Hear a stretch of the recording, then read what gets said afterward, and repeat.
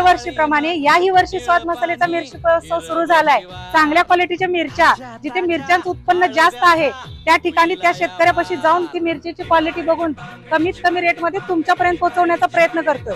तुम्हाला या ठिकाणी अनेक प्रकारच्या मिरच्या बघायला मिळतील। त्यामध्ये बेडगी असेल, काश्मीरी असेल, लवंगी असेल, संकेश्वरी असेल, गुंटूर असेल। आणि याही वर्षी माझा मसाला कलर, तिखट, टेस्ट वर्षभर टिकून राहिली पाहिजे म्हणूनच तुमच्यासाठी घेऊन आली आहे या सर्व मिरच्या।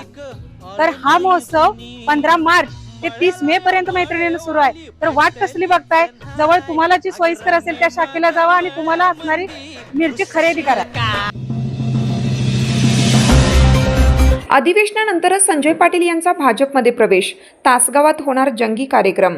सांगलीचे माजी खासदार संजय पाटील यांचा भाजपमध्ये पुनर्प्रवेश निश्चित झाला असून विधिमंडळाचे अधिवेशन संपल्यानंतर तासगाव येथे मुख्यमंत्री देवेंद्र फडणवीस यांच्या उपस्थितीत भव्य पक्षप्रवेश सोहळा आयोजित करण्यात येणार आहे। ही माहिती माजी नगराध्यक्ष बाबासाहेब पाटील यांनी दिली।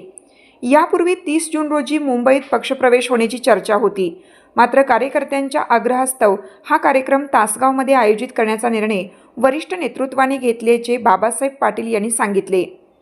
संजय पाटील यांनी 2014 मध्ये भाजपच्या तिकिटावर सांगली लोकसभा मतदारसंघातून विजय मिळवत जिल्ह्यात प्रथमच भाजपचा खासदार होण्याचा मान मिळवला होता। 2019 मध्येही त्यांनी विजयाची पुनरावृत्ती केली, मात्र 2024च्या लोकसभा निवडणुकीत त्यांचा पराभव झाला। त्यानंतर त्यांनी अजित पवार यांच्या राष्ट्रवादी काँग्रेसमध्ये प्रवेश करून तासगाव कवठेमहांकाळ विधानसभा मतदारसंघातून निवडणूक लढवली, परंतु त्यांनाही पराभवाला सामोरं जावं लागलं। यानंतर काही काळ राजकारणापासून दूर राहिलेल्या संजय पाटील यांनी पुन्हा कार्यकर्त्यांची मोट बांधत राजकीय हालचालींना वेग दिला। तासगाव नगरपालिका व पंचायत समितीवरील वर्चस्वातून त्यांनी आपली ताकद दाखवून दिली। दरम्यान भाजपमध्ये घर वापसीसाठी त्यांनी प्रयत्न सुरू ठेवले होते। जिल्हा परिषद तसेच विधान परिषद निवडणुकांमध्ये महायुतीला मिळालेल्या त्यांच्या पाठिंब्यानंतर भाजप प्रवेशाच्या चर्चांना वेग आला होता। अखेर मुख्यमंत्री देवेंद्र फडणवीस यांनी प्रवेशाला हिरवा कंदील दिल्याने अधिवेशनानंतर तासगावमध्ये हा सोहळा पार पडणार आहे।